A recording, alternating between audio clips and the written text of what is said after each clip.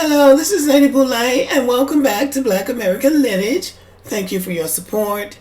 Thank you for subscribing. Thank you for your thumbs up, and thank you for your comments. Thank you for all you do to support this channel. And as you know, the solar eclipse is coming in a few days. So, it's going to affect us too. So, we might as well talk about it. Everything you need to know about this year's solar eclipse.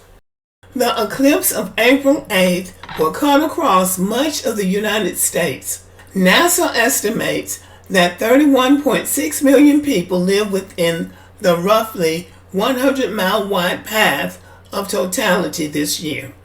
So, millions of people are going to be in the path of this solar eclipse. A total solar eclipse will cross North America in April, offering millions of sky watchers a rare opportunity to see afternoon skies temporarily darken and an illuminated halo appear overhead. The eclipse of April 8th promises to be a major event because its path fortuitously cuts across Mexico, the continental United States, and a small part of eastern Canada. In the United States, weather permitting, sky watchers in 15 states will have the chance to see the moon almost completely cover the sun, casting its shadow over the fiery orb and creating the effect of a ring in the sky. In all other states in the continental United States, viewers will be treated to a partial solar eclipse, with the moon appearing to take a bite out of the sun and obscuring only part of it in the sky. So, the moon is going to take over the sun. Here's everything you need to know about the coming total solar eclipse. How to safely view a solar eclipse. People should never gaze directly at the sun during a solar eclipse, even when it is partly or mostly covered by the moon.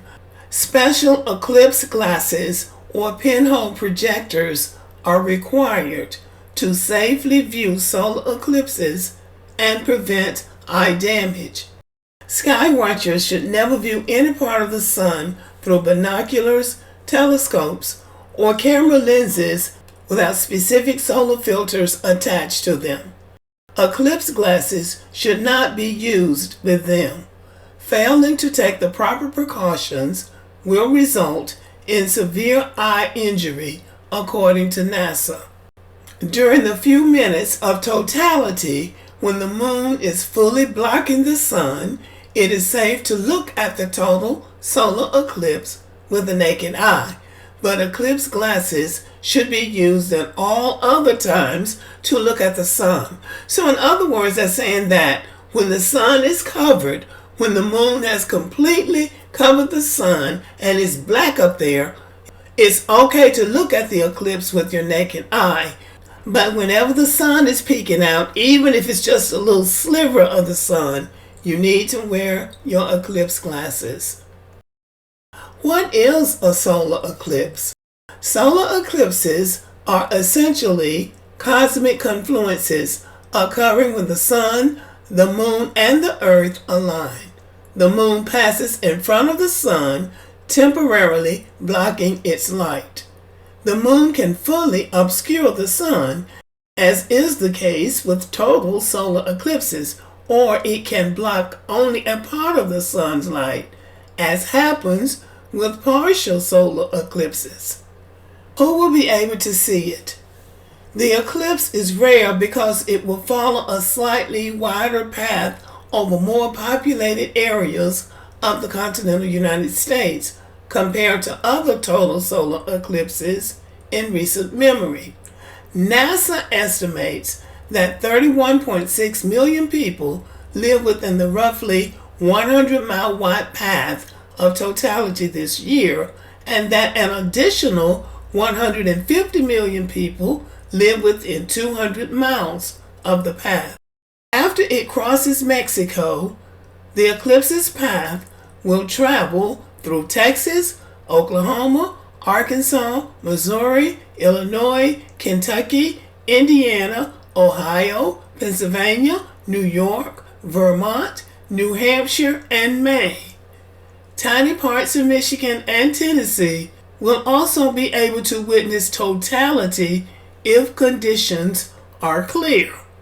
After it makes its way through the United States, the eclipse will cross into Canada, passing over southern Ontario, Quebec, New Brunswick, Prince Edward Island, and Cape Breton at the eastern end of Nova Scotia.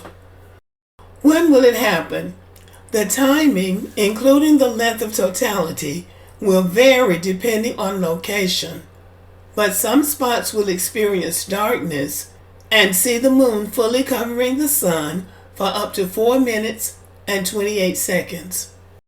If you want to know where to be and what to expect on the day of the eclipse, you can go to NASA, Total Solar Eclipse, or nationaleclipse.com or timeanddate.com. These resources will let you know where to be and what to expect. I'll put them in the comment section in case you'd like to check these resources out if you are in the path of the total solar eclipse. So if in the event you don't get to see the total solar eclipse on the 8th, you'll have another chance in 20 years. The next visible total solar eclipse to cross over the United States after April the 8th will come in more than 2 decades on August the 23rd, 2044, according to NASA. And that eclipse won't be as accessible as this one.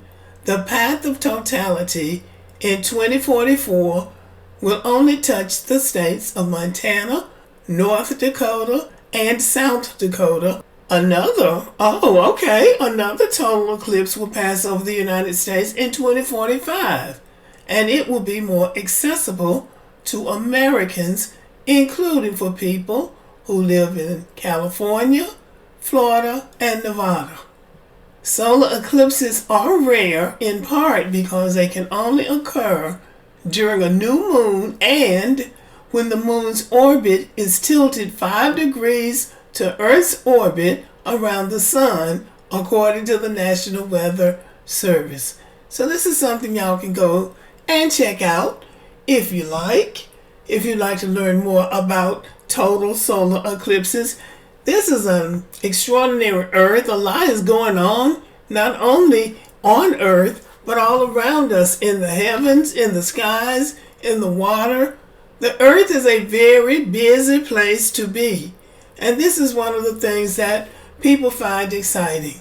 So if you are close to the path of this total solar eclipse, then you might want to check out some of these resources where you can view it, but make sure and double sure that you use those special eclipse glasses, because it is really true that it can damage your eyes. Years ago, I had a coworker who came to us when we had a total solar eclipse passing that year and showed these very thick glasses to the children that she wore.